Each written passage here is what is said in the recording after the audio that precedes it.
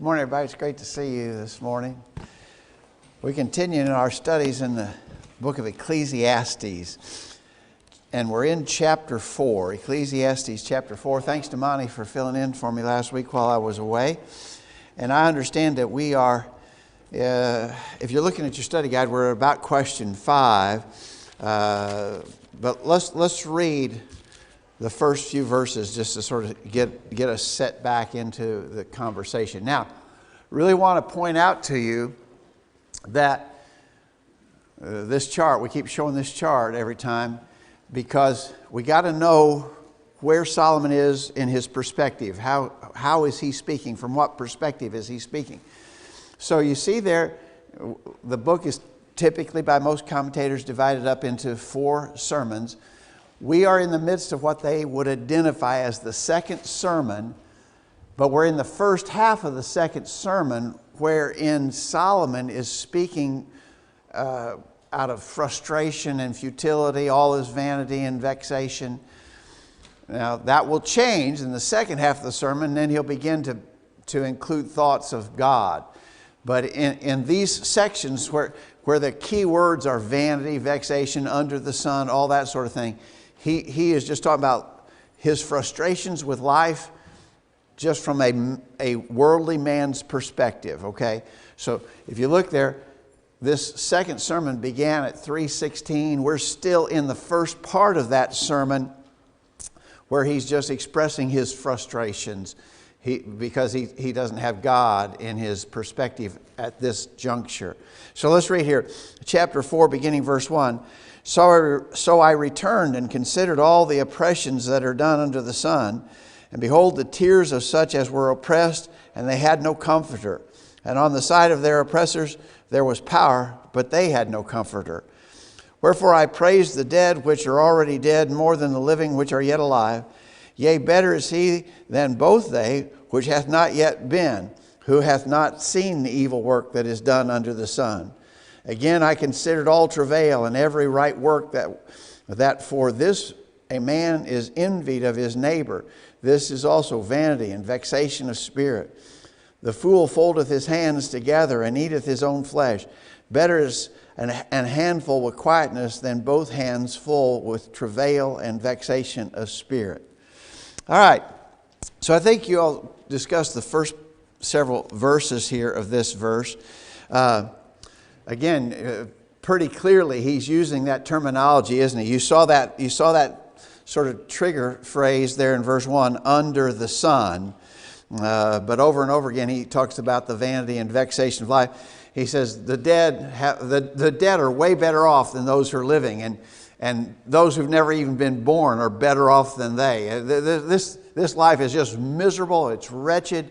There's no satisfaction. You can't make. And in fact, he says there in verse 4 that if you were to make progress, then the only thing that it would do is provoke your neighbor to envy you. You know, so he's really not happy when he's writing here in this frame of mind. He is in a very depressed, discouraged outlook. Right. Verse 5, I think this is about where we're ready to pick up our discussion. Verse 5, the fool foldeth his hand together and eateth his own flesh. What is that? Eats his own flesh. What does that expression mean? Maybe another version has it differently. What does it mean? He eats his own flesh. Starvation. Do what? Starvation, yeah.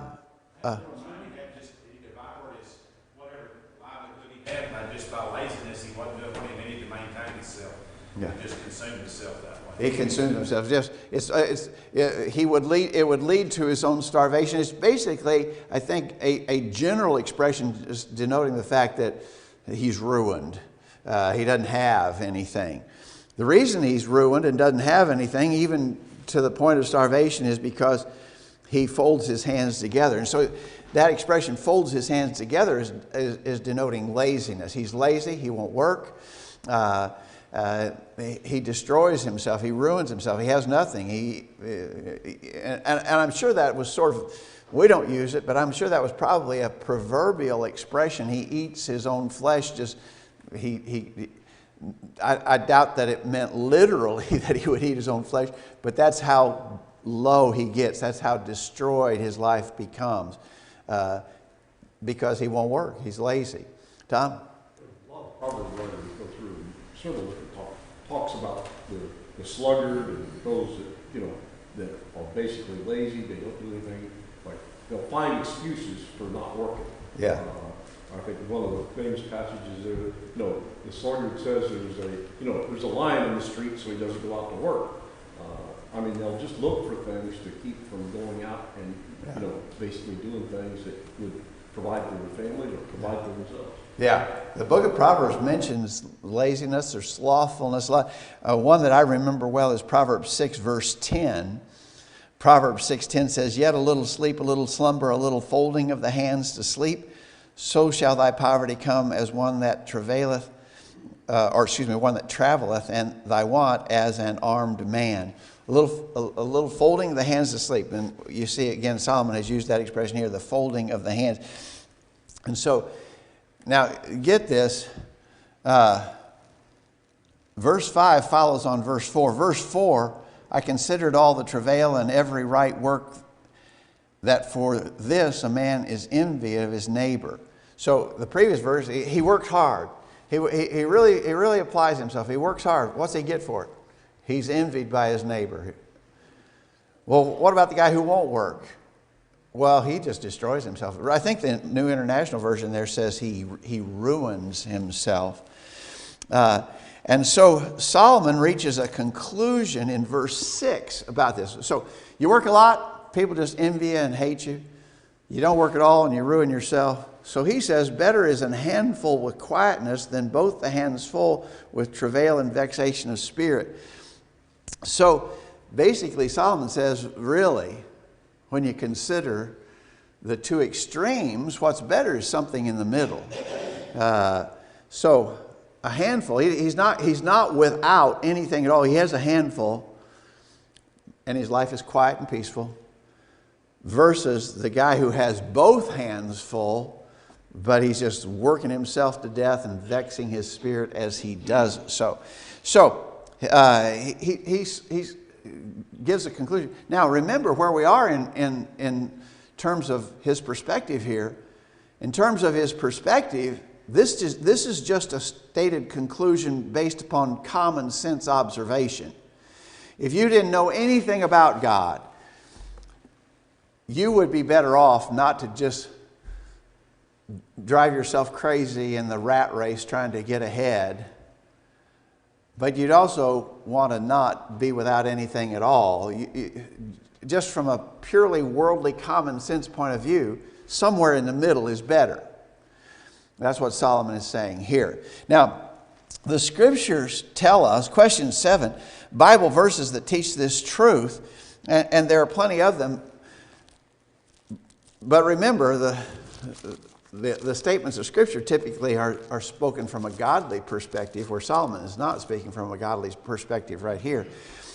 1 Timothy 6, verse 6. 1 Timothy 6, verse 6. "Godliness with contentment is great gain, for we brought nothing into this world, and it is certain we can carry nothing out. And having food and raiment, let us be therewith content."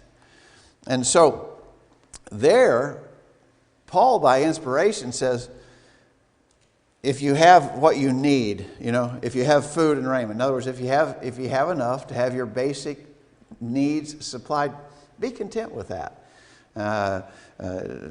So godliness with contentment is great gain. Well, that's true. And Solomon could even state that just from a this world perspective. Being content with what you have is a good thing. People of the world should understand that, even if they're not trying to serve God. But when we put God into the picture, it amplifies that truth, doesn't it? With God in the picture, the truth is amplified that if you have what you need and if you can be content with that, it's a really good thing. Hebrews chapter 13, verse 5.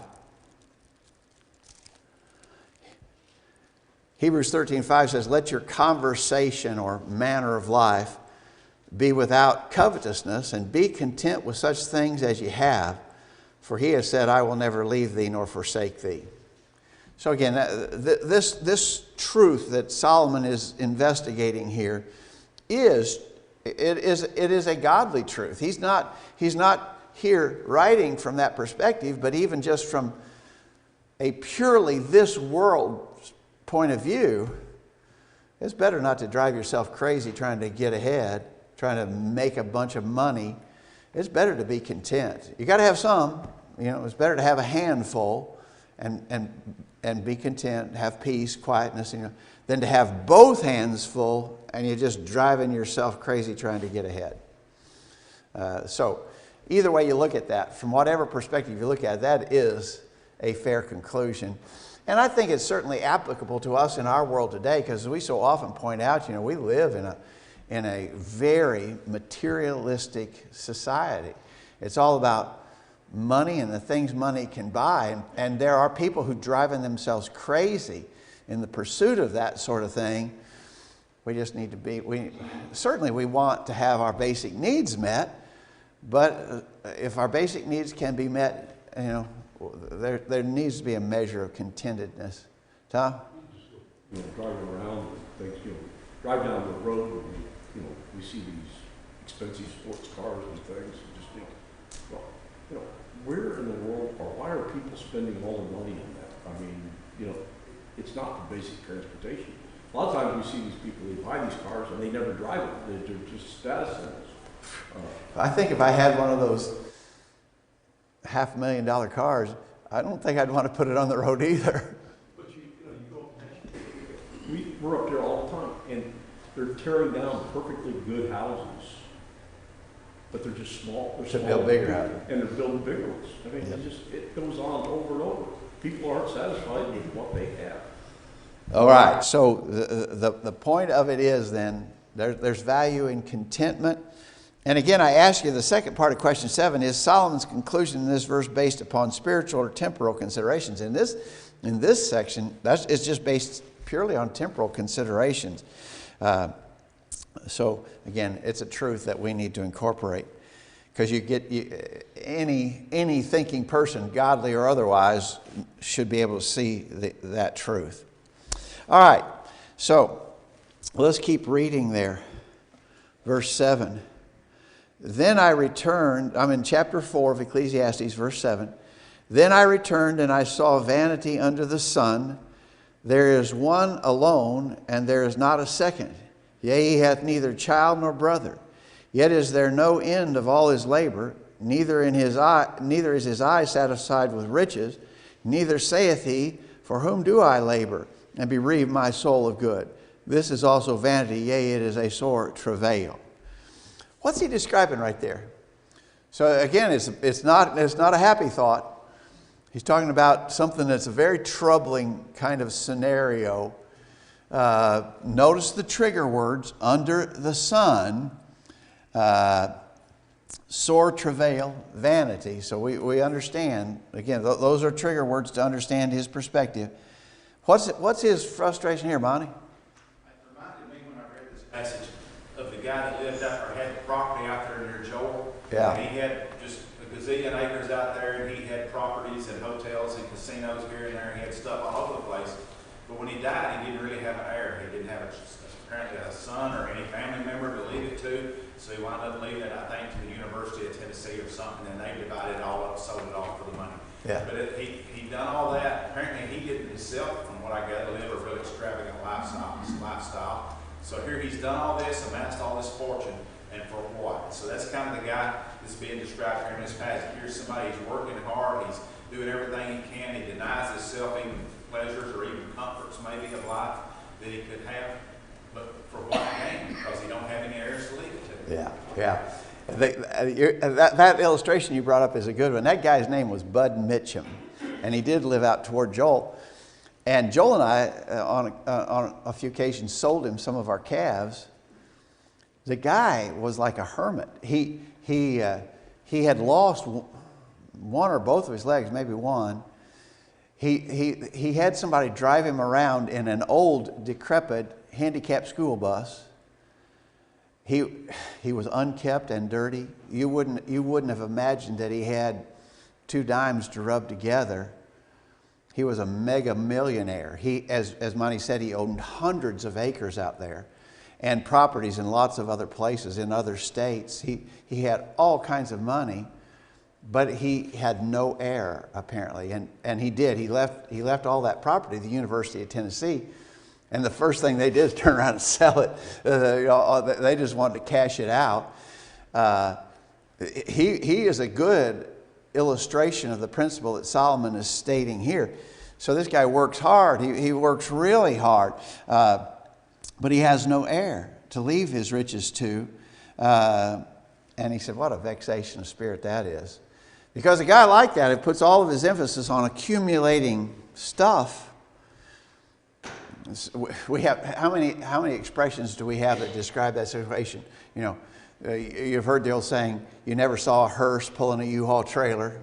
Or how much did that guy leave behind? He left everything behind. Certainly we use the expression, you can't take it with you. And that's what Solomon is. This is a bother to him. But in a way, Solomon is sort of describing himself. Now, Solomon had heirs, but several times here in the book of Ecclesiastes, he expresses the frustration of, I'm going to leave it all behind. Somebody else is going to have what I worked hard to get. And he wasn't happy about that. But it's true. I mean, if this life is all there is and you leave everything behind, pretty frustrating. Pretty frustrating realization. And that's what he's talking about here.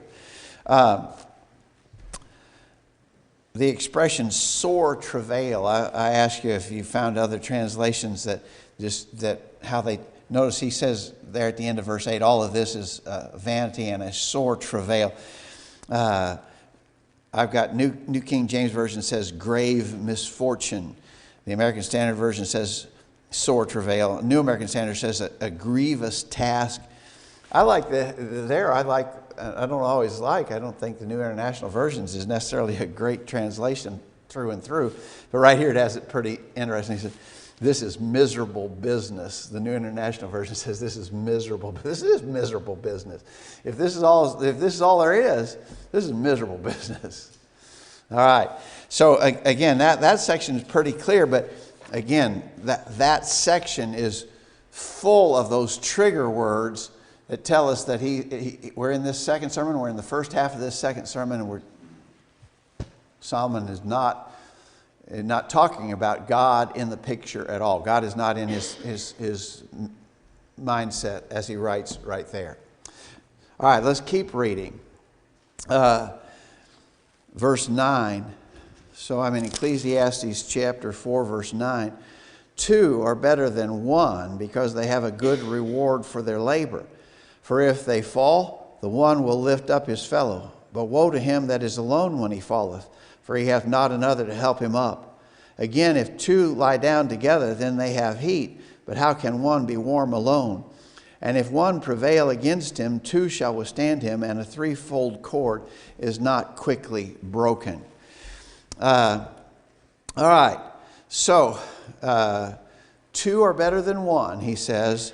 They have a good reward. If they fall, one can help the other up. They can give heat to one another in the cold. They can defend one another against an attack. The New International Version says, where the King James says they have a good reward for their labor, I think another version says they have a good return for their labor. So, again, this is just a common sense, right? This is pure common sense, right? You don't have to think anything about God to know. It's good to have a companion to help you. If you fall down, they pick you up. If you're cold, they can warm you up. If you are attacked, they can help defend you against your attacker. That's just common sense. What's a threefold cord? That's kind of a famous expression there in verse 12. A threefold cord is not easily broken. Tom? If you look at ropes, they're twisted together in that 3 major lines together. And that twisting together of those 3 cords gives it maybe 6 to 10 times the strength Yeah, it's not really braided. A rope is not really braided, but they are, the three cords lay together and are twisted so that, like Tom said, if you took one of those strands, maybe it'd break with a 100-pound load on it. So you think, well, you put the three together, it should hold 300.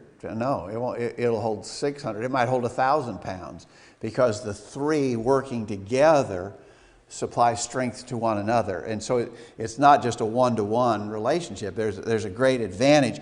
And so that's what he is saying here, that there's just an advantage to not trying to do everything alone on your own, because you're better off with someone helping, a companion of some sort. Tom? Even in our work, a lot of times, Matt and I work together, but sometimes we split up. When we split up, you end up getting maybe a third or a quarter done because, I forgot my tape measure up in the truck. I got to go up and get it, come back.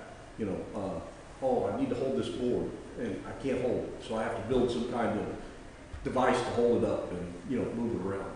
Or I've got to go find a rock to use as a fulcrum for a lever, where when you're working together, and if that one's working with you and not against you, you get 3 to 6 times more work done. Exactly right. Now, again, these are just common sense observations, and so that's the perspective from which Solomon is writing. It's true. It's absolutely true. But it's true spiritually too. He's not writing this with that thought in mind. But you remember when Jesus sent out the disciples in what we call the limited commission in Mark chapter 6 verse 7, he sent them out 2 by 2. It's good to have a companion. It's good to go together. Spiritually speaking, it's true too. If we could go all the way back to the book of Genesis, in Genesis 2 verse 18, just before God created woman, he said, it's not good for man to be alone. It's good to have companionship. Just over and over again in the scripture, that principle stated. Note again where Solomon is speaking here. Common sense would tell you this is basically his argument. We have that argument refortified to us because we know it's true spiritually. Spiritually, I really believe that. Why did God in his wisdom design the church? Why didn't he just tell us what to do, get out there and do it on your own? You're by yourself, God knows us. He knows our very nature and makeup, and he knows that we're much better off when we're working in unison with others. And so God's wisdom is seen in the design of the church because we're working together. It's much better, way better. I don't know how many of you may have had the experience of living somewhere where the church was very, very small, and it doesn't work as well. I know when Cindy and I were first married, the little church we worshiped with, if they had 10 was a pretty big crowd. 12, oh man, we're busting at the seams if we had 12. We just met in an old house, an old house, and they'd taken out some of the inner partitions to make a room for the assembly. Of course, you take walls out of a house, the ceiling wants to fall down. So there were metal pipes holding the ceiling up, going down the center aisleway. It was discouraging. I tell you, it was a discouraging place. Because it's better when we're in association, and more association the better, I guess, within limits. But spiritually, we understand the truth as well. Solomon's just writing here from a carnal perspective, but spiritually, it's true. Tom? Well, if you go back in, early agricultural issues and things, we use beasts of burden. A lot of times when you yoke them together, they can plow almost all day long. Where if you just had your single horse or your single mule or ox or whatever, you didn't get a whole lot done, and it tired pretty quickly. So even with a team of animals, why did they ever team up animals? Because again, 2 mules can do more than one here and one here. If you had a guy with one mule plowing over here and another guy with one mule plowing over there, if you had a team of mules, they could do more than the two combined, probably, because again, the work output is multiplied, not just 1 to 1 usually. It's multiplied sort of exponentially. Johnny, did you have a thought? Yeah. When you have two or more together, the old adage of the strength in numbers. Yeah, that's an expression we use, isn't it? Yep, exactly right. All right. So again, anybody ought to be able to see that, I mean, and that's what Solomon's saying here. Okay, let me read. Let me use as we read to the end of the chapter now, beginning at verse 13. Let me read from the New American Standard Version. Might make it a little bit clearer. A poor yet wise lad is better than an old and foolish king who no longer knows how to receive instruction. For he has come out of prison to become king, even though he was born poor in his kingdom. I have seen all the living under the sun throng to the side of the second lad who replaces him. There is no end to all the people, to all who were before them, and even the ones who will come later will not be happy with him, for this too is vanity and striving after the wind. Okay, again, notice your trigger phrase: vanity, vexation of spirit, striving after the wind, the New American Standard says. So this is a troubling thought to him. So here's the scenario that he poses. There's this old king. And he was born poor, but he was elevated to the king's position. And then a young lad comes along, and the people throng to the young lad rather than the old king. But, he says, what's going to happen ultimately is that the young lad who's come along, he's going to get old. People are going to forsake him and go to somebody else too. It's just a repeated process. Basically, he's describing a repeated political process. So the old king was popular in his time, but now this young guy comes along and everybody wants him instead of the old king. But don't get real happy about that, young man, because you're going to get old and somebody's going to replace you, and the people will throng to your replacement. This is a real troubling thought to Solomon. You can't ever achieve a point wherein you've got a permanent,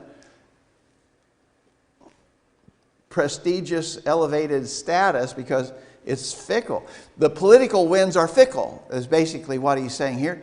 And that's still true, isn't it? That's true in our day. Now, we don't have a king, but we have politically elected officials. What happens?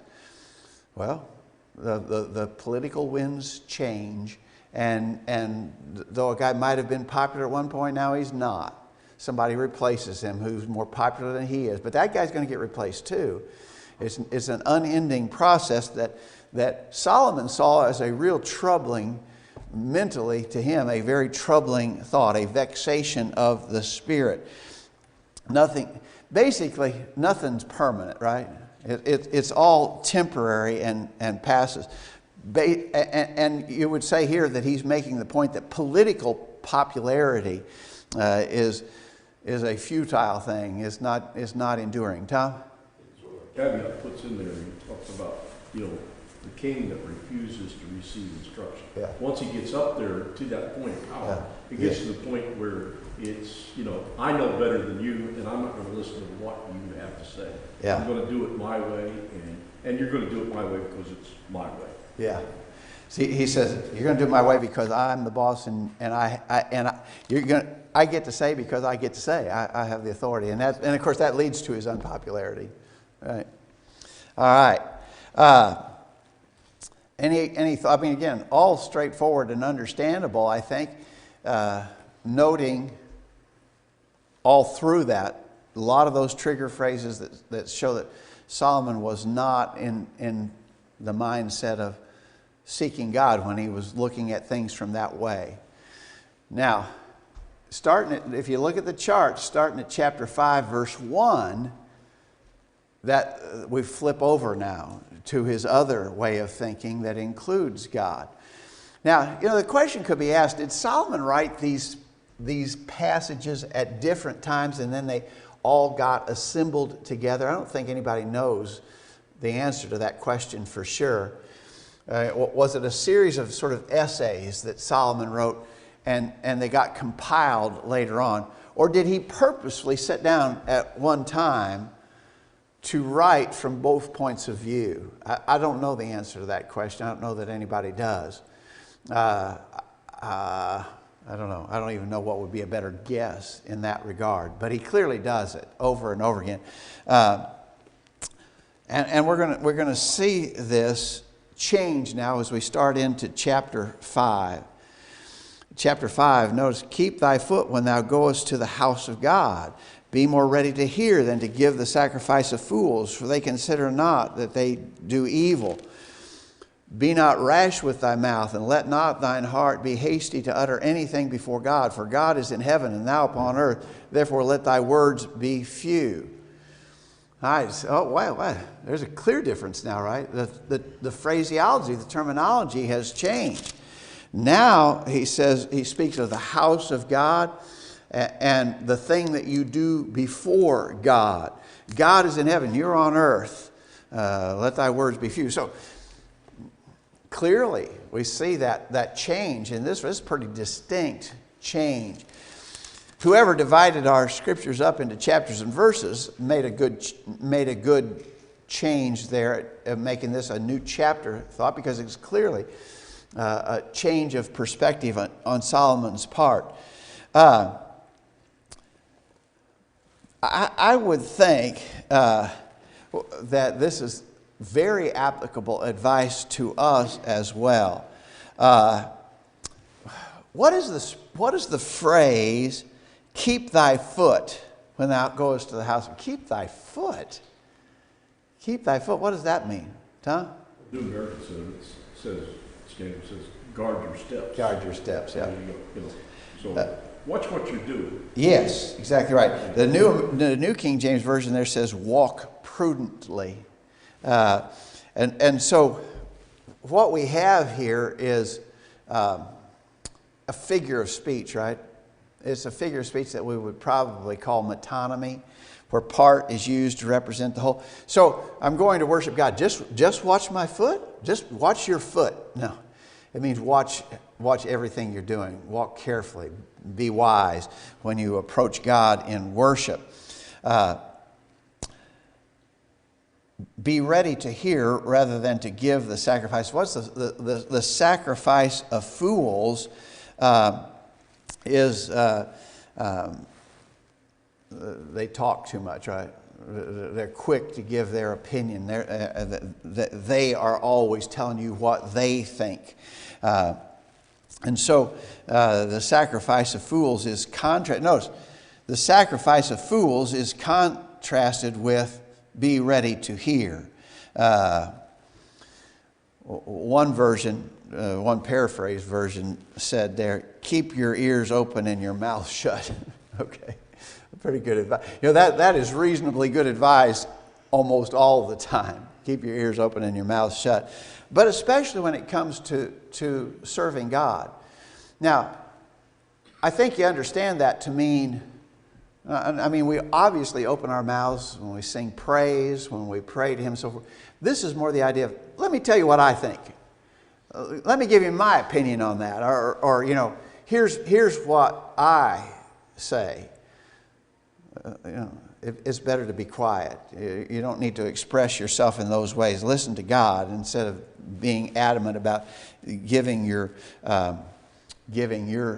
statements in such regard. So he calls, really talking too much is the sacrifice of fools.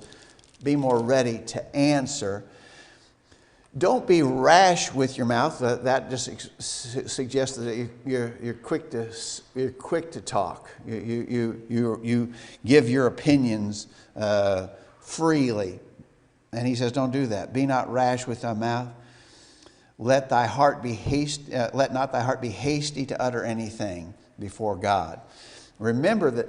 I think this is really an important thing there, where he says, God is in heaven, you are on earth, therefore let thy words be few.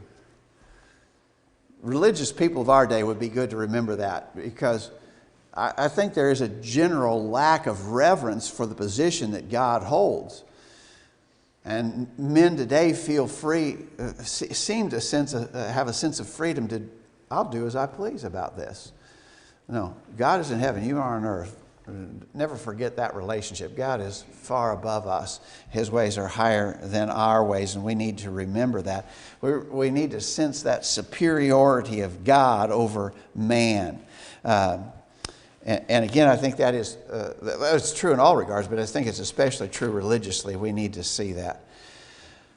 Any thoughts or comments here, Tom? Last part of verse 1 says, "For they do not know that they are doing evil." It sort of seems like the concept of the religious world today is they want to offer what they want to offer to God, not realizing, it's evil. There's a lot of, sort of media buzz this past week, because the Pope said that he couldn't bless homosexual unions, and the whole left side just went almost berserk over that. Well, how do you get? And then they started bringing up all kinds of things in there. Well, I mean, don't always agree with what the Pope has to say, but in that aspect, he was in harmony with God, and those that look to do evil, wanted their way. Yeah. The religious world is full of people who think, I'll do what I want and God will accept it from me. God will have to be happy with what I do because it's what I want to do. And that's just wrong thinking for sure.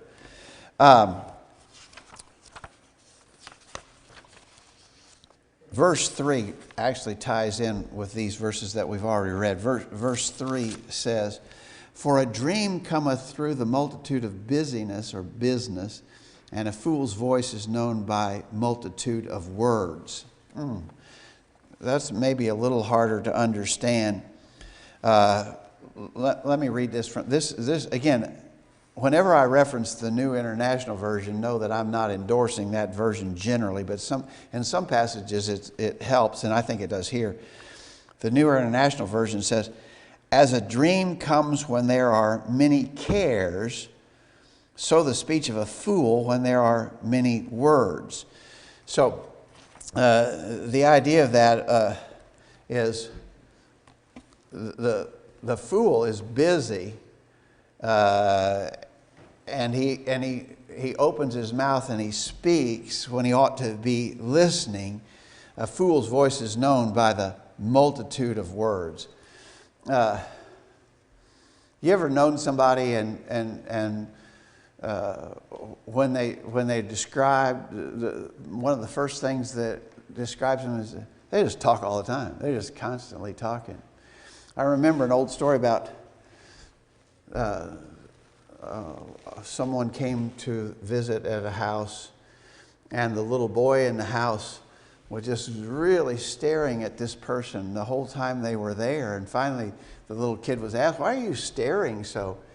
"Well," he said, "Mom said that she talks a blue streak, and I was just seeing if I could see that blue streak." That's an expression. But we don't want to have that reputation where we're just talking all the time. The old idea, God gave us 2 ears and 1 mouth. We ought to listen at least twice as much as we speak. All that sort of thing. That's the idea of being put forth here. But here, Solomon is putting forth that idea, especially in regards to us listening to what God says, rather than for us to be so vociferous ourselves that we're not paying attention to what God says. He says a fool is known by his words. The voice of a fool is known by the multitude of words. We just need to slow down and listen. James says in James chapter 1, verse 19, "Wherefore, my beloved brethren, let every man be swift to hear, slow to speak, slow to wrath." And so we ought to be more the kind of people who can listen and take instruction. I think that's also incorporated in that idea, would be the taking of instruction. All right, let's read just a few more verses. We're just about out of time. Verse 4, chapter 5, verse 4. "When thou vowest a vow unto God, defer not to pay it, for he hath no pleasure in fools. Pay that which thou hast vowed. Better is it that thou shouldest not vow than that thou shouldest vow and not pay.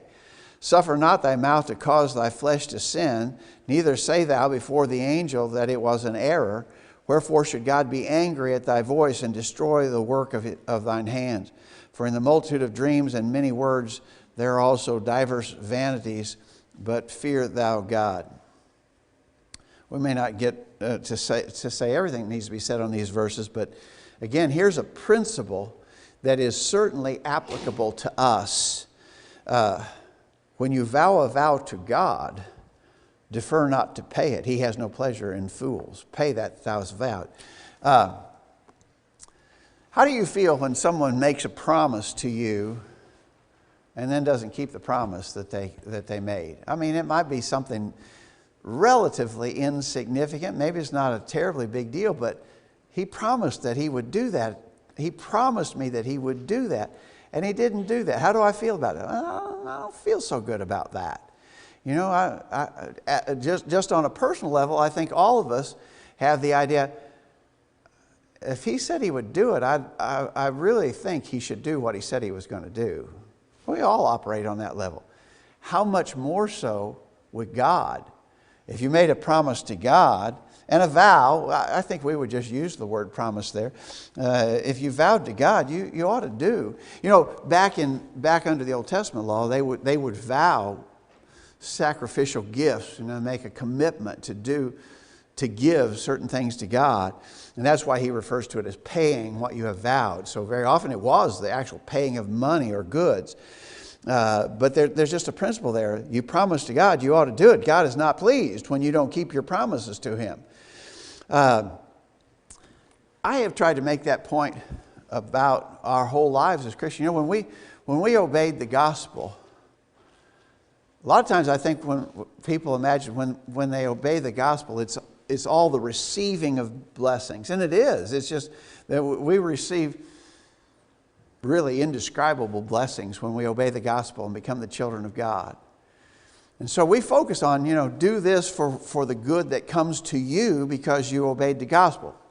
That's all right. I'm not criticizing that at all. But we should realize, though, that when we obey the gospel and we receive these blessings from God, we're also making a promise to God. We're vowing to him. We're committing to him that we will serve him faithfully. And sometimes I think Christians don't realize that they have made a commitment to God. They're breaking a promise to God or a vow to God. That's really serious business, We don't even like to do that interpersonally. If I make a promise to you, I'm going to try my best to keep the promise I made to you. That's just right. That's the way it ought to be interpersonally. But between us and God, when we obey the gospel and become a Christian, we get all kinds of blessings from him, but we have also made a promise to him about how we're going to live and what we're going to do for the rest of our lives. And don't make a promise to God and break that promise. Notice, he has no pleasure in fools. God is not pleased with that approach to things. Pay what you have vowed. Better is it that thou shouldest not vow than that thou shouldest vow and not pay. Would it be a fair statement to say it'd be better not to become a Christian than to become a Christian and not remain faithful? Well, lost is lost. I think you could answer that by saying, well, lost is lost. But actually in 2 Peter chapter 2, remember Peter talked about the dog returning to his vomit again, the sow that was washed who were wallowing in the mire. And Peter says the latter end is worse than the first. You remember that passage in 2 Peter 2 verses 20 through 22. And the reason why the latter end is worse is because you have turned your back now on the promises of God that he made to you. You've turned your back on the gospel message. So you're in a really bad shape.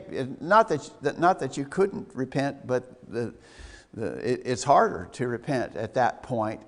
And it's really dangerous because you've made a promise to God and you're not keeping that promise now. So Solomon certainly gives us some advice there that's applicable. Mark your lessons there, and Lord willing, we'll pick up our study there next Sunday morning.